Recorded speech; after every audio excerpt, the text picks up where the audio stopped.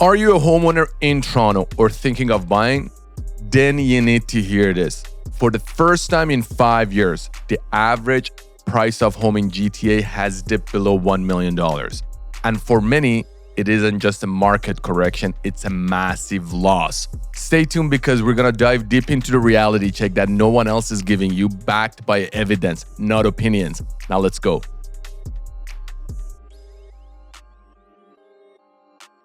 So the headlines are screaming, Toronto home price crash, Canadian housing market crash, or the GTA home prices under $1 million. But what does that really mean for you?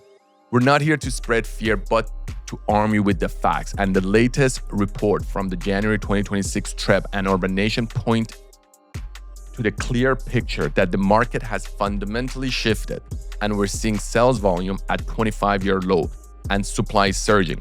So this isn't just a blip, it's a recalibration of the market.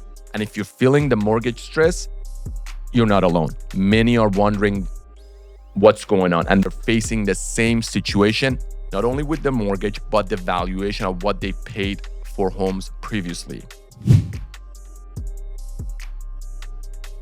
Okay, so what we're gonna talk about here is about 3 segments. 1 is the price drop. 2 is the sales volume, and 3 is exactly what's happening in the market.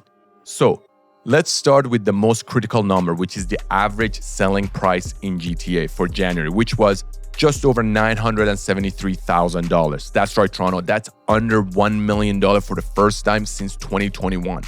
And this isn't just a small dip.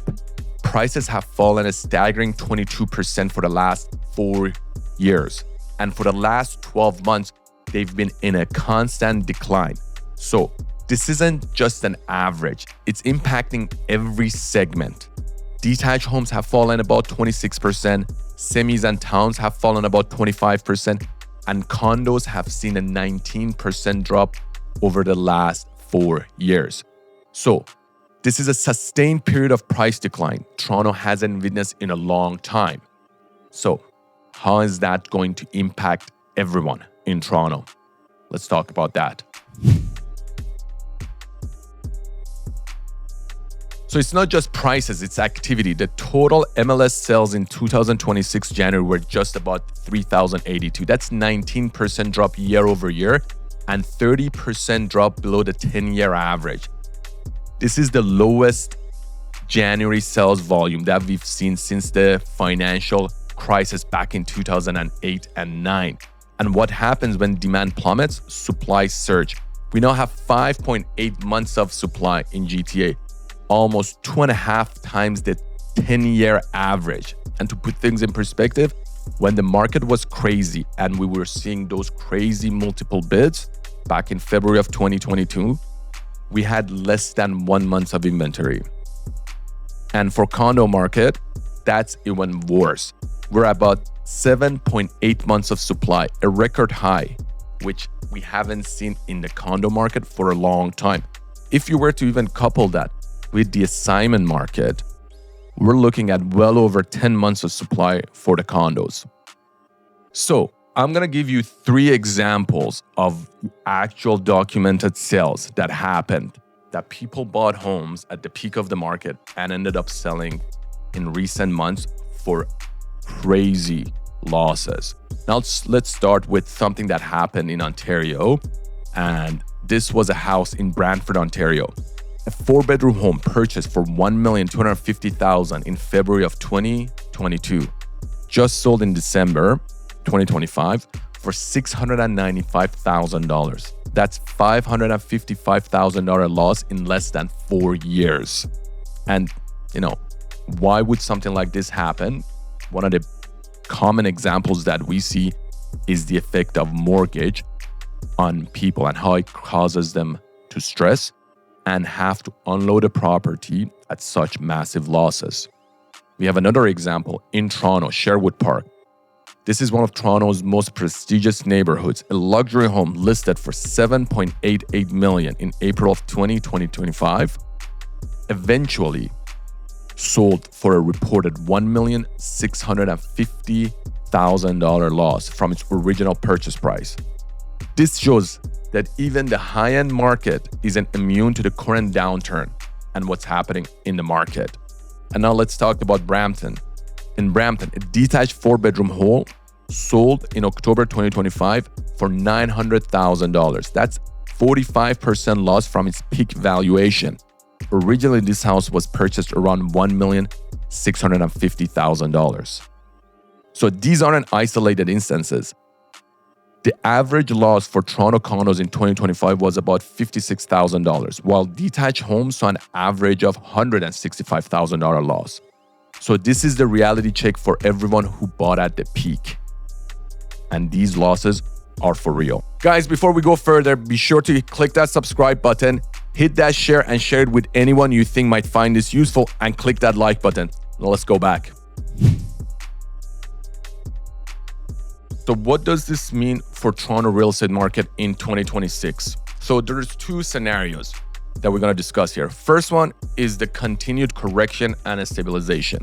So this first scenario suggests that the market will slowly adjust and the demand will slowly pick up due to the fact that there's more inventory, prices have become more affordable, and people are coming to the market. So first, we're going to see sales volume pick up, and after that, we're going to see prices slowly rise. The second more concerning scenario is the deeper downturn where the housing bubble in Canada actually burst. And what could trigger that is a significant increase in unemployment or a prolonged recession or further rate increase. So these things could really affect the market. Also, we need to take into consideration that 60% of the mortgages are set to renew in 2026. So we could see a flood of listings coming into the market, further driving prices down, which could really affect the market and could take a real long time for the market to recover after that. What could change this trend?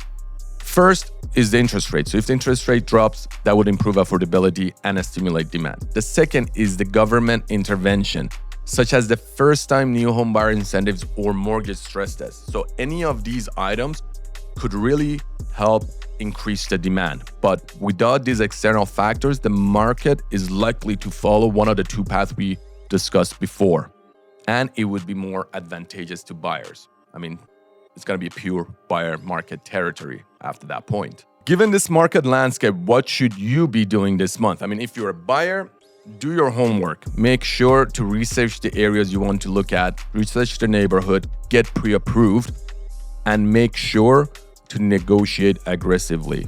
I mean, this is the market for you to do your purchase right. And for sellers, you need to price right from the get-go. Overpricing in this market is going to lead to longer days on the market and eventually will hurt your listing. Second, you need to make sure your house is presented in the most perfect way possible, which is pretty much stage it.